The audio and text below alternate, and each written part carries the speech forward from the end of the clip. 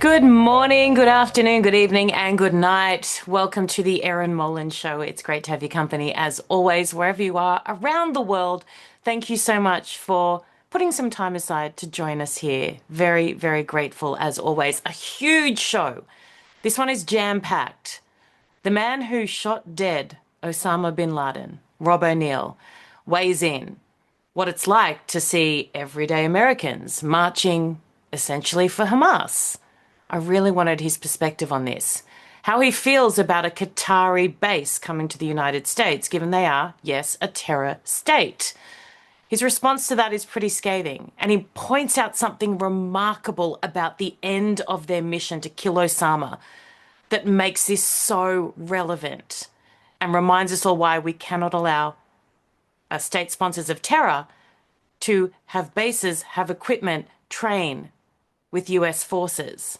He also goes through the story of how he kills Osama. And look, you may have heard it before. I've heard it many times. I've had him on the show a few times. Back when I was at Sky, he's new to this particular show. But the way he tells it, I still get goosebumps. You have to listen. And every time he tells it, I learn something else, or something else makes me go, wow. So do not miss the interview with him. He's a legend, an incredible guy. I've also got Dr. Matthew coming on, who is a White House correspondent. He's going to be live from Idaho for us and talk about local reaction on the ground to this Qatari airbase in Idaho. What locals think, what military there think, what the politicians there think. Cannot wait for that. He's a really impressive guy. Let me get you across some of the headlines now, before we get into those two conversations, which I know you will enjoy very much. I enjoyed this very much. Donald Trump, the US president, and Australian Prime Minister Anthony Albanese finally meeting. This has been a long time coming. The Australians have been desperate, clearly, to get in and see Trump. But they've waited, and they've waited, and they've waited. And one of the reasons they've waited is because of a bloke called Kevin Rudd, former Prime Minister of Australia. Not particularly popular in this country for, well, reasons you can Google. He was in the room when Trump and Albanese did their press conference. And I want you to watch/listen to this interaction between the president and Kevin Rudd. Not that you hear him much, because I think he's in shock. Okay, so have a listen.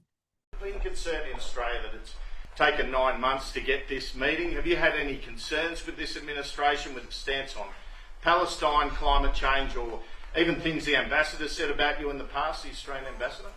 I don't know anything about him. I mean, if he said bad, then maybe he'll like to apologize. I really don't know. Did an ambassador say something bad about him? Don't tell me. I don't. Where is he? Is he still working for you? Yeah. You said bad? Before I took this position, Mr. President. I don't like you either. I don't, and I probably never will. Go ahead. Now, I have so many thoughts on this, and I've spoken about this at length, particularly when he was made the ambassador, given what he'd said. And by the way, for those who aren't aware, he called Trump a village idiot and said he was a traitor to the West. Now, you can come back from anything with Donald Trump. Look at J.D. Vance, who, by the way, is on his way to Israel right now as we record. Look at J.D. Vance. He's his vice president, and he said some pretty appalling stuff about Trump. You can come back if you own it, if you apologize, if you say, I got caught up in all the lies, the fake mainstream media. Fine. But when you're too proud to apologize, it doesn't cut the mustard with him. He will forgive if you own it. If you don't, no chance.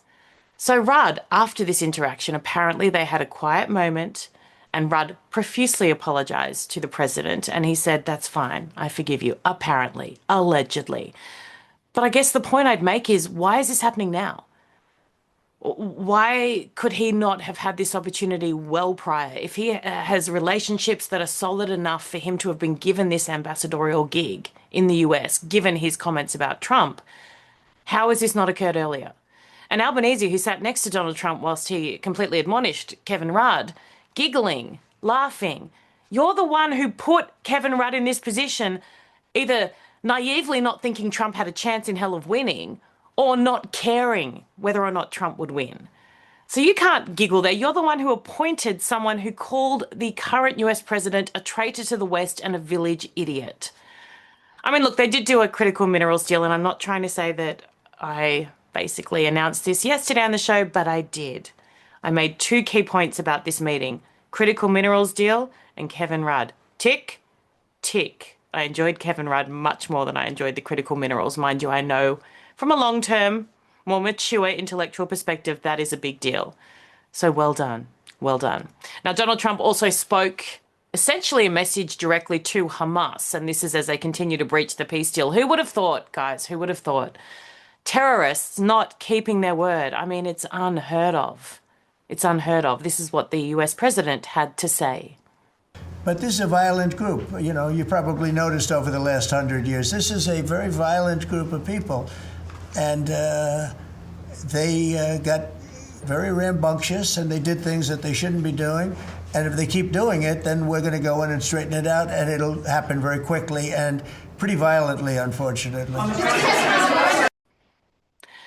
Now, I want to cross to Idaho now, which is the location of the Trump-approved, yes, Qatari base. Now, plans are underway to build the training facility and train pilots as well from Qatar. Again, allow me to reiterate, a terrorist state, just in case any of you missed that part. So let's go to Idaho right now. Dr. Matthew Anthony Harper, White House Correspondent, thank you so very much for joining us here on the Erin Molan Show. It's great to join you, Erin, on this crucial topic about Qatar and the issue of terrorism. Please tell me where you are and why that matters so much, given Qatar, state-sponsored terrorism, and the United States. Well, I'm at the Idaho State Capitol. You'll see behind me a little bit of a background, but reporting live from the Idaho State Capitol. And this is a key issue regarding Idaho, because in the news has been the Qatar pilots, having a presence on the Mountain Home, Idaho Air Force Base. The main argument that I see here is that Qatar is a terrorist nation. So the big question is, why is the U.S. allowing a terrorist nation that funds terrorism, as President Trump called out previously in 2017, why is the U.S. allowing this terrorist nation pilots to be at an Air Force base or military bases? Or in fact, why would we be entertaining any terrorist nation to have a presence on the military bases in the U.S.? Doctor, I can understand dealing with Qatar to get live hostages home absolutely every day of the week. This, for me, is too far. It is way too far. I mean, we can appreciate what they've done to help get the hostages out, but President Trump, to my knowledge, has not demanded, as he did in 2017, that they stop funding terrorism. So I can understand also about in our common enemy, Iran, why we have an air base in Qatar as a staging area to attack, but that doesn't give credibility to them having a presence on our military bases. I mean, this is a serious issue, and I think in light of we wouldn't invite Chinese to train with our military pilots here, or any other terrorist nation like North Korea or Russia. So why a terrorist nation, Qatar? We really don't owe it to them to have them on our military bases here in the U.S. I agree entirely. I shouldn't be surprised, but when I heard Stahl on 60 Minutes with Kushner and Witkoff refer to Qataris as the peacemakers, I won't even tell you what I nearly did, what I nearly screamed at the television. I mean, they fund the same terrorism that caused October 7th. So yes, we needed to deal with them to get the hostages that they helped capture out. It is insanity. What do the locals there on the ground think about this? Are they aware? Do they feel like it impacts their everyday life? What are you hearing on the ground from people who live there? Yeah, what I'm hearing on the ground, at least 60%, possibly more, of Idahoans oppose any Qatari pilot training presence at our Mountain Home, Idaho Air Force Base. And I want to mention that I'm an Air Force veteran myself, with a little bit of inside knowledge about Air Force issues. But it is very troubling, the outcry for Idahoans against this. And as far as congressmen, U.S. congressman from Idaho, it's a little bit divided with Senator Risch and Senator Crapo being for and supporting this, but yet a U.S. Congressman, Russ Fulcher, that is in opposition to this. And excuse me, a little background noise with a overflying helicopter here. But anyway, no, it is so divided, so contentious on this issue. We also have a Senator Mike Crapo, who has been a little bit silent as far as not coming out with a strong statement one way or the other, waiting for more information. Idaho Governor Brad Little has made a comment I just read today, and I will forward that to you and other concerns from Idaho legislators. But the key point that he made, and Congressman Fulcher was in agreement in the issue, is that what vetting process has been played out for these Qatari pilots? Have they had any communication with terrorist organizations? I think the big issue is, since Qatar is a terrorist nation, that would be a moot point, because they have had contact with a terrorist organization, Qatar. So, I mean, I think that should be the main reason for not allowing Qatar or any terrorist nation to have a presence on our military bases. Or, I think on a related issue, not allowing China to own farmland in the United States. Absolutely. I mean, it was a few months ago we were talking about the Chinese Communist Party links to a shop that was operating on a US military base. I mean, it's absolute insanity. The enemies of the West already have so many things in place to hurt us. Why are we helping them to do it further? It's ridiculous. Thank you for your service as well, Matthew. I really appreciate your service. I say that to everyone who has served. My last question, what do you think your former colleagues in the military on these air bases would think about this? Have you spoken to anyone there that is going to actually be on base at the same time? And do they have concerns? Well, yeah, I've spoken with a prior Air Force person. He was a former captain at that Air Force base. He has concerns that he expressed as well, and he agreed with me about this issue of Qatar being a terrorist nation, and he just has reservations. I've talked with some other military people, and they're very, very nervous about this whole thing and really not supportive. We have a VA, a military hospital here, and I've talked with veterans there as well, and they're not very happy about this. So I can't mention their names, of course, anonymity, but I'm getting a big opposition, from not only the veterans but also local Idahoans as well. Does not surprise me in the slightest. Dr. Matthew Anthony Harper, thank you so much for your brilliant reporting, for everything you do at the White House. You do such a superb job. Thank you so much for joining us here on the Erin Molan Show, live from Idaho, where the Qataris will soon be training with US Air Force. It's insane. And hopefully they won't be training. So let's hope. Let's hope. Thank you so much. Right. Yeah, thank you, Erin. Okay, it's now time for my conversation with Robert O'Neill, the man who killed Osama bin Laden. A legend, an incredible guy. I mean, there are moments in your life that will define the rest of your existence, and his came fairly early in his life. He makes some really key points. I want you to listen really carefully to his thoughts about the Qatari base and what happens when we, the West, democratic nations, sell weapons, planes, ships, guns, drones to states who are not necessarily friendly to us. He has such a powerful point about this. You do not want to miss it. Enjoy. Rob, thank you so very much for your time and for joining me again here on the Erin Molan Show. It's such a pleasure, as always, to have you. Thanks for having me, Erin. Anytime. Rob, a lot has happened over the past, week, let alone the past 2 years. What has been your reaction to watching, first of all, what is occurring in the Middle East?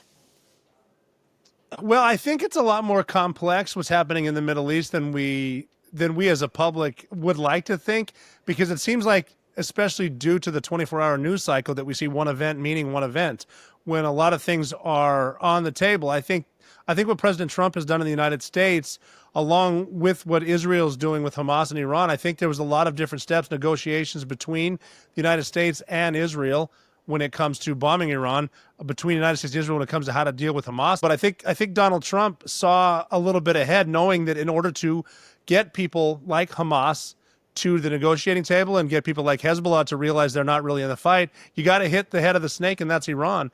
And I said personally at the beginning, before we bombed their nuclear sites, that we better be all in or all out. I don't want to see some weak hits and then troops on the ground, boots on the ground, and trying to rebuild a country that doesn't need it. And Iran is a lot different than Iraq or Afghanistan, way different, way more advanced and stuff like that, way, closer to our times. So I think that this end result of Hamas, I didn't think the Palestinians and Hamas would even come to the table, but because they're losing their funding with Iran's threats of force going away, and like it or not, with the collapse of USAID, because they were funding a lot of people that, whether or not intentional, a lot of that money's getting into arms of the wrong people.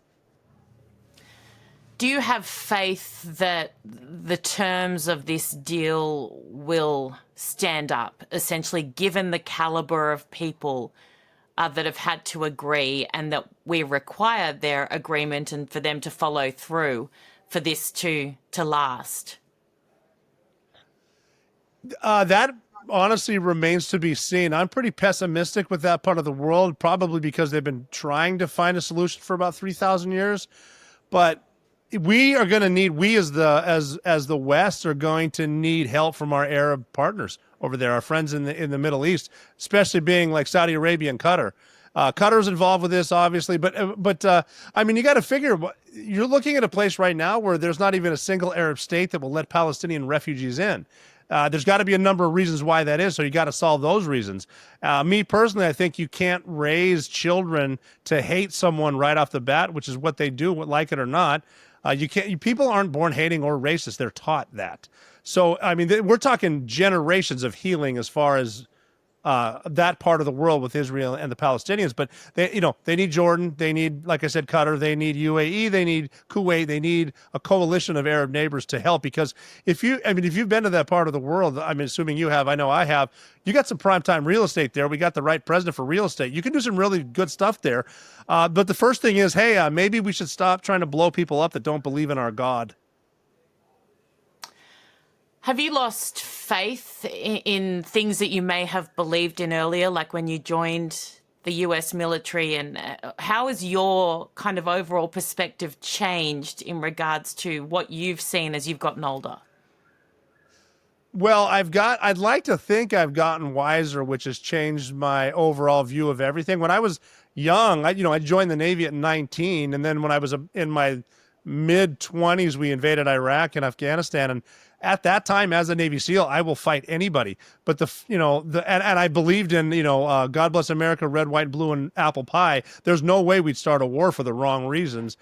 The older I got, though, I do see what happens. I do see the careless senior leadership. I see people war for profit. There's so much money in wars and putting bases overseas and having ships at sea, and so many pockets are lined. I'm looking right at Halliburton right now. All the billions that company made because of what we did in Iraq. And I talked to a Navy SEAL yesterday who fought in Iraq just like I fought in Iraq. And we still, to this day, can't figure out why we were fighting in Iraq. We lost a lot of people there. We killed hundreds, not personally, but hundreds of thousands of Iraqis lost their lives. And, we don't know why. So I'm very skeptical of war. I don't like conflict. And I really think that the higher up in the chain of command you get, the more morality you lose. So I'm really not. What's me and my friends going to Iraq doing for American freedom? Nothing. So I'm skeptical of a lot of decisions that are made. I'm wiser, and I'm having been to so many countries and even war zones. Some of the most welcoming people I met were in war zones, and most people around the world just want to do the same thing, and that's raise their family the right way, raise their kids, and have a good life. And there doesn't need to be wars everywhere. So I've gotten wiser. I've gotten less excited to throw the first punch, and I'd rather talk it out and see what, try to put myself in someone else's shoes as opposed to just going over there and tell them, hey, this is Jeffersonian democracy and you're going to take it. It's like a lot of stuff is changing. And basically, I think if most politicians can't be trusted. Do you think Donald Trump is doing a good job, even if he's a politician? Donald Trump's not a politician. And he's doing a good job. I mean, he had to say that he agreed with some stuff on the far right just to fit in, because you need to get either the Democrat or the Republicans nod to get the nominations, one of two parties. And even Thomas Jefferson said a two-party system will be the downfall of this nation. Not in so many words, but he said that. I think Trump saw it from a businessman's point of view that he could come in. And the biggest mistake the left made was saying he couldn't win. Even the right, even when Jeb Bush was supposed to be coronated, and he was the nominee, and Trump came in and wiped it up with him. Yes, he's doing a good job because he handles everything differently, and he doesn't, especially now, he's so good at trolling. He's joking about a third term, which constitutionally he can't get. So he's good at this, and he's doing the important things. He legitimately cares about people's lives and their best interest, left or right. I mean, because I keep saying that too, because the left hates him simply because they're told to hate him. But you got to figure, he was even asked by Oprah back in the day if he was going to run. If he did, he was a Democrat. So he's doing this for the right reason. Well, there's two reasons. One, he wants the United States to be better because he believes a strong United States leads to a strong coalition, which I think is true too. And also, someone told him he couldn't do it, and he's not that type of guy. He's doing a good job. He's doing it for the right reasons. I mean, if there's peace in the Middle East because of Donald Trump, I mean, I don't care about a Nobel Peace Prize. That's a great thing. Yeah. And I mean, me personally, if someone as far left as Bernie Sanders did that, I'd be the first to come out and say, hey, great job, Bernie Sanders. But people like Nancy Pelosi can't even say good job, Mr. President. So it's still that party politics that really holds everyone back in every country.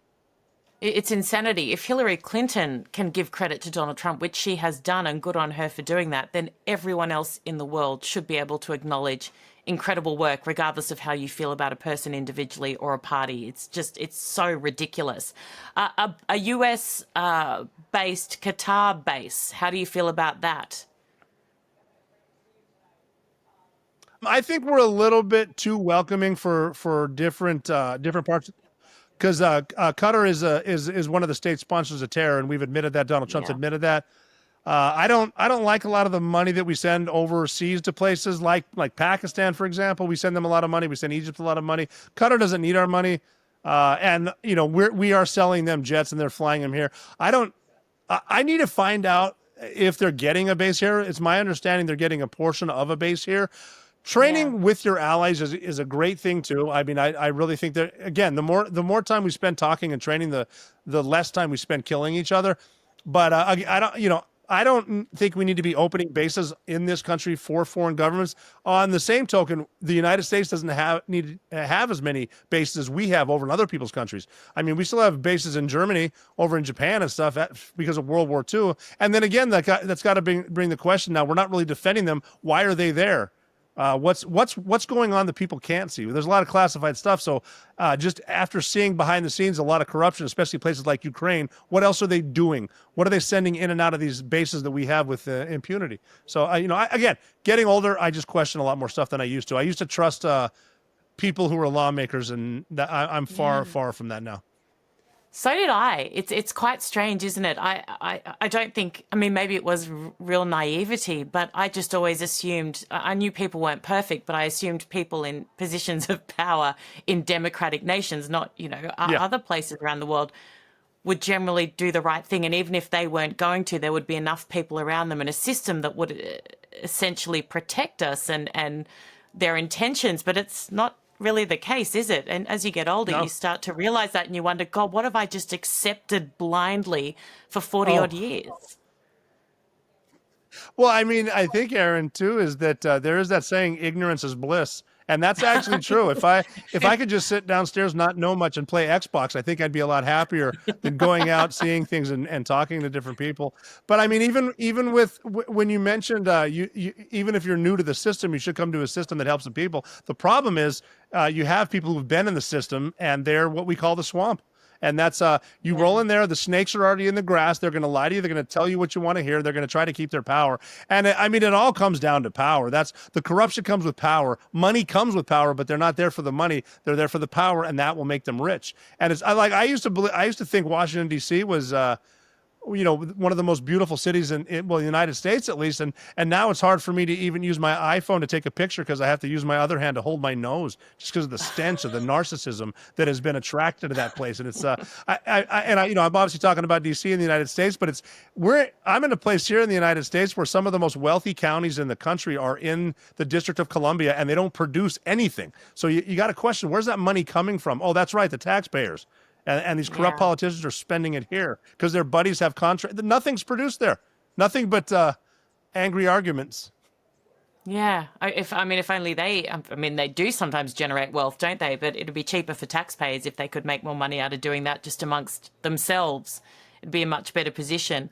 Can you talk to me about how it's felt as the person who took out one of the worst terrorists of our time to watch a fairly large portion of society start to almost make these kind of people heroes and to worship them and to suddenly sugarcoat an evil that is hard to comprehend?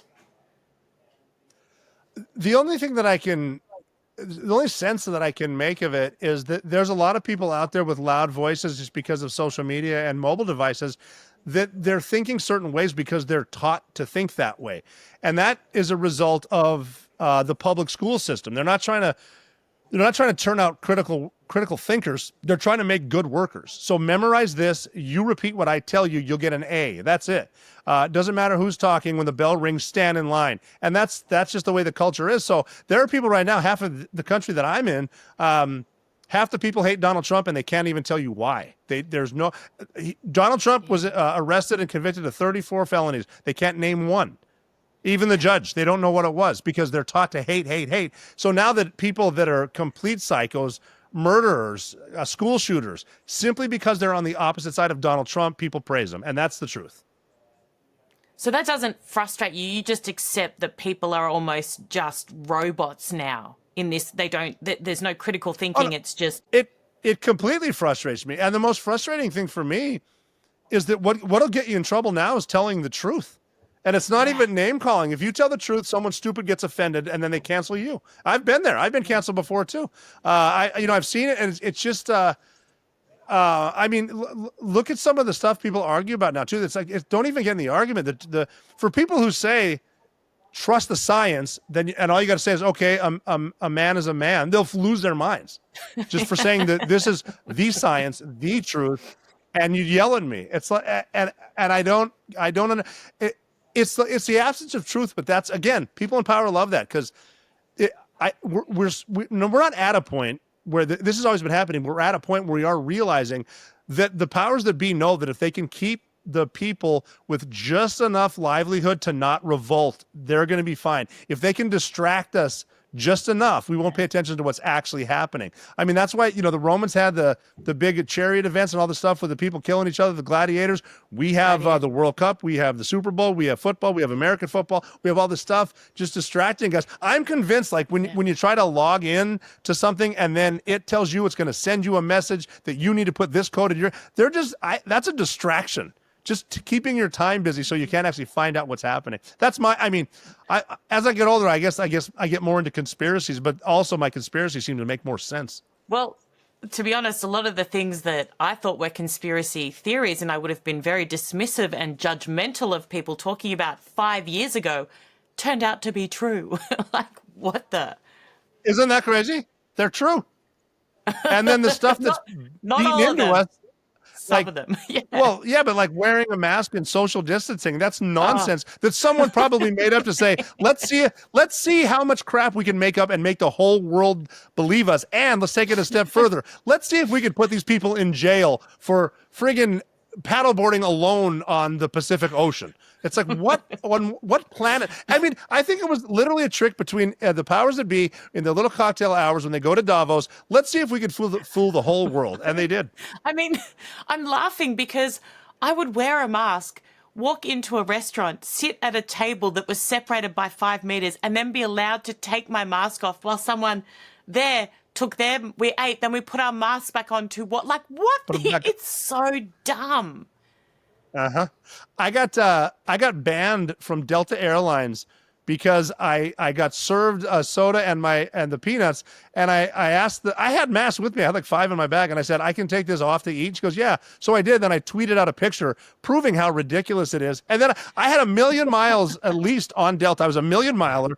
And they banned me, and I was like, great, 20 years after 9/11, I'm the one on a no-fly list. They still send me Christmas cards. I'm like, dude, I can't fly your airline. I don't want your bookends. Leave me alone. But that's just the craziness we live in. That is insanity. Surely that can be reversed now. Surely. Maybe we should start that as I know that there's more. I wouldn't give them a penny. Not a chance. Love that. Love that. Before we go, Rob, I don't know if you're sick to death of talking about it, but I know some people watching and listening won't have heard your account of that moment, the one that has essentially brought you here to be who you are. Are you able to take us through that again? I can replay it from the last time you came on if you don't want to, but I would love to just hear the story of Osama bin Laden, if you don't mind, or you may mind. Yeah, no, I don't mind at all. That was just proof of one of my favorite sayings: wherever you are, be there. Because I joined the Navy on accident. I tried to join the U.S. Marine Corps, and it just so happened, blah, blah, blah. And then I found myself in Osama bin Laden's bedroom 16 years later, simply because I made myself available for anything. I would volunteer for stuff. I would say yes to things. I wouldn't take time off.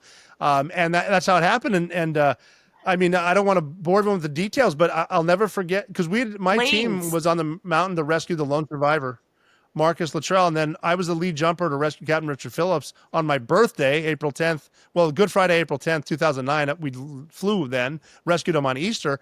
And then I was in the room when a team of women mainly came in, and they said these words: the reason you guys are here is this is as close as we've ever been to Osama bin Laden. And this is years after I personally thought that he was a ghost, but they found him, and then we trained up on it. We had the best team in the world. And then, I mean, just going to Afghanistan with my team, accepting death, knowing that, like, I had a guy before we left, because we knew it was a one-way mission to go get bin Laden. These are brand new helicopters. The pilots have only been flying them for a week and a half. They are the best 4 pilots in the world, but a week and a half is not much. We don't know if they work. We don't know if they'll get shot, if we'll get shot down. There will be a gunfight as soon as we step on the ground. If anyone's going to blow himself up, it's bin Laden. We're going to run out of fuel. We're going to end up fighting with the Pakistani police. God forbid, don't end up in a Pakistani prison. Oh. It's a one-way mission. And I had a friend ask before we left to the whole team. He said, don't take this the wrong way, because I'm going, but I need to say it out loud. If we know we're going to die, why are we going? Which is a fair question. And we talked about it, and we said, we're not going after Osama bin Laden for the fame or the reward. We're going after Osama bin Laden for the first people who were forced to fight al-Qaeda toe-to-toe to the death, and those were the passengers on United Flight 93 on September 11th.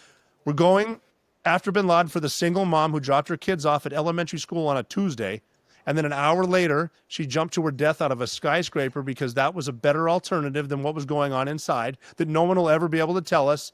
And, she looked down and made a choice and probably grabbed a stranger's hand, and her last gesture of human decency was holding her skirt down as she jumped from 100 stories. She was never supposed to do that. Those passengers were not supposed to be in the fight. We're supposed to be in the fight, and that's why we're going. And that almost gave us a little bit of it was clarity and focus. And we even had the conversation like from the movie Braveheart. We were saying, you could pull yourself off at any time. You don't have to go. We have alternates. But if you live until you're 90, and if you could imagine being on your deathbed, if you could give every day back for one shot at this guy, would you do it? And the answer is yes. I know it. So get on the helicopter. And then on the flight in, we just we had 90 minutes to get shot down, but worrying about getting shot down is not going to stop a missile. So how are you going to deal with it? And I was counting from 0 to 1,000, 1,000 to 0. I had a moment of comedy too, because I'm looking at my guys, seeing how they're reacting, because they're going to die too if we get hit.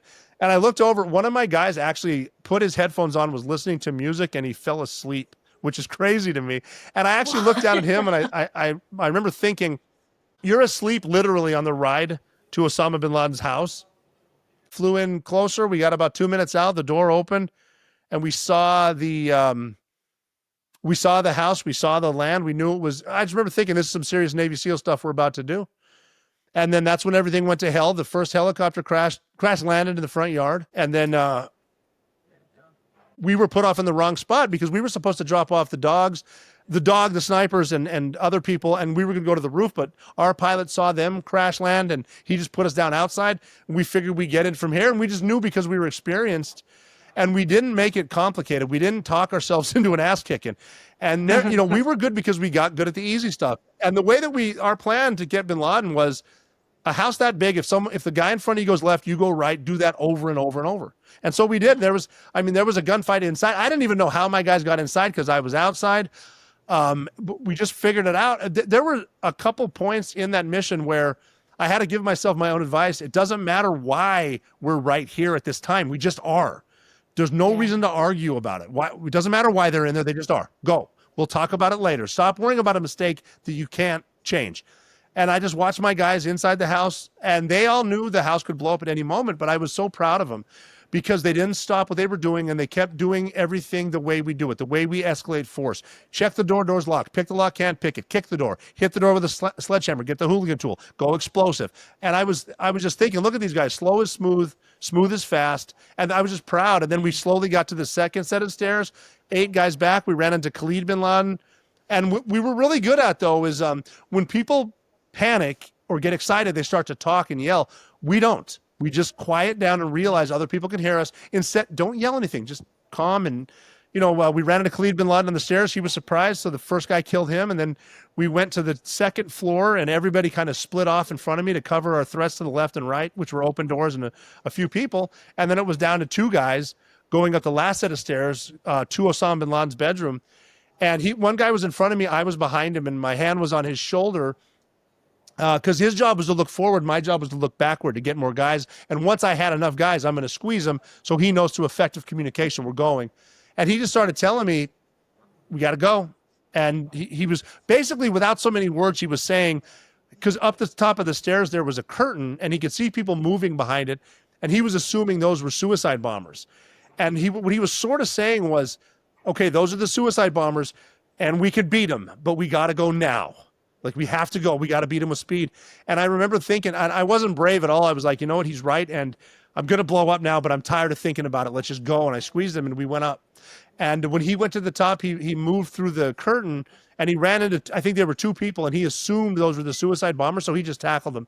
And he jumped on a grenade that didn't go off. And that was the bravest thing I've ever seen. But like I said a second ago, he went left, I went right. And there was Osama bin Laden standing there, 3 feet away, maybe 5 feet away from me, and he had his hands on his wife's shoulders, Amal, and she'd been shot in the leg somehow, and I don't know what he was doing, but he wasn't surrendering, and I assumed he's the suicide bomber, so I had to shoot him in the head. So I shot him twice standing up and one more time, and then I had to move Amal bin Laden out of the way because other SEALs are going to start to come in. I heard Osama bin Laden take his last breath, and the way his head looked, he was dead. But here's the human element. This is another thing that drastically changed my outlook on the world. I looked down, and his 2-year-old son was staring at me, and I'm a father, and my first thought was, this kid has nothing to do with this. Why did he have to see that? And I moved him aside, and then other guys are coming in the room, and I was walking over because I knew I wanted to take pictures of bin Laden, and one of the guys sort of stopped me because I was moving a little slow, and he goes, "Hey, are you good?" And I said, "No, what do we do now?" And he said, he smiled, and he goes, "Well, now we find the computers. You do this every night. Come on, hundreds of times we've done this." And I said, "Yeah, you're right." And he goes, I said, "I'm back. Holy crap." And he goes, "Yeah, you just killed Osama bin Laden. Your life just changed. Now get to work." Wow. And we did. And then we knew we needed to get the body in a body bag. And then the craziest part was we had to fly out. And we have to blow up the helicopter in the front yard. So that means we have to call in another one. So we had 2 more helicopters come in they didn't have any special technology. They're just another crew from SEAL Team 6 and another crew from the Army, which is actually awesome. No one brings this part up, that on the bin Laden mission, SEAL Team 6 was rescued by SEAL Team 6 in the Army, which is just cool. And we got Wow, in that that's helicopter, amazing. blew up the other one, and then we took off.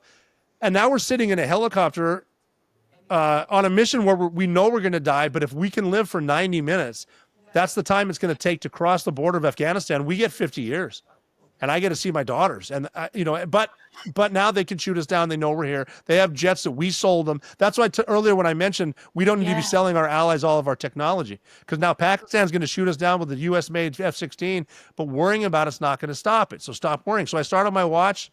I'm looking at the guys next to me. It's like, all right, it's been 10 minutes though.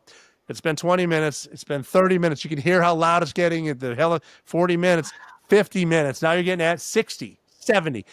And then I started, my mind's racing. I started thinking about a no-hitter at Yankee Stadium, top of the 7th inning. Like, you're not supposed to say anything because I don't want to jinx it, but 80 minutes. Then I started thinking about, to me, the greatest sporting event in the history of the world was the 1980 Winter Olympics, when the U.S. hockey team, full of college kids, played the greatest hockey team ever assembled in the Soviet Union. The Russians hadn't lost a game since the early 60s, won every gold medal, and they were beating Olympic teams in that Olympics by 10 goals. And this group of Americans has no business being on the ice, but now they're winning at 4-3 in the third period. And I remember thinking about them. I could hear the countdown: 10, 9, 8, and then the pilot came over the radio 85 minutes into a 90-minute flight, just very calmly in that pilot voice said, "All right, gentlemen, for the first time in your lives, you're going to be happy to hear this. Welcome to Afghanistan." And that was the end. And that was where the high fives came out, and we made it. The other bird landed. And then that's when the hugs came out. And we did a couple things. We talked to the woman that found him. I gave her a magazine out of my gun and the rest of my bullets, the rest of my rounds. And then we brought Bin Laden to Bagram. And here was the part, again, where if you make yourself available, you can be anywhere, because Osama Bin Laden's body was laying right next to me. They're doing we're back in Afghanistan. They're doing the DNA tests, and they're taking his pictures. And President Obama came out on the TV that we're watching, the huge flat screen, and he said, "Tonight I can report to the American people and to the world, the United States conducted an operation that killed Osama Bin Laden, the leader of Al-Qaeda." I hear the president say Osama Bin Laden, and I looked at Osama Bin Laden, and my first thought was, how in the world did I get here from Butte, Montana? That is insane. So, yeah, it is. And that, again, though, that's if a skinny fat kid from Montana who can't swim can become a Navy SEAL, you can do anything.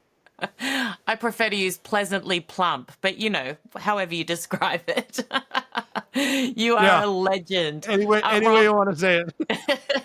I love it. It's so inspiring. I can't thank you enough for your time. Thank you enough for your service. And thank you enough for all the incredible work you still do in the public sphere. So thank you so much again. Really appreciate it. Thank you, Erin. Well, thank you so much for joining us. Let me do some fan feedback for you before I let you go. I hope you enjoyed that interview. I hope you enjoyed us crossing to Idaho to get the latest from there, and the show generally. We really appreciate your support. Thank you. We don't take it for granted at all. And let me remind you, my wonderful, wonderful friends, even if you hate me and you express that on my page, you're a fan. Thanks for the engagement. Now, I've got one for you in a second. I'll read it out at the end. Regarding Dinesh, we put a bit of a clip from an interview that we'd done with him about him completely going scorched earth on Candace and Tucker. And I know we don't need to keep talking about them. I know that we should just ignore them, but it's fun because they're so silly. It's fun. Laurie says, "Love listening to Dinesh. He's amazing, smart, and funny. I hope the Dragon's Prophecy will be successful and people will support it. Thanks, Erin, for this brilliant interview."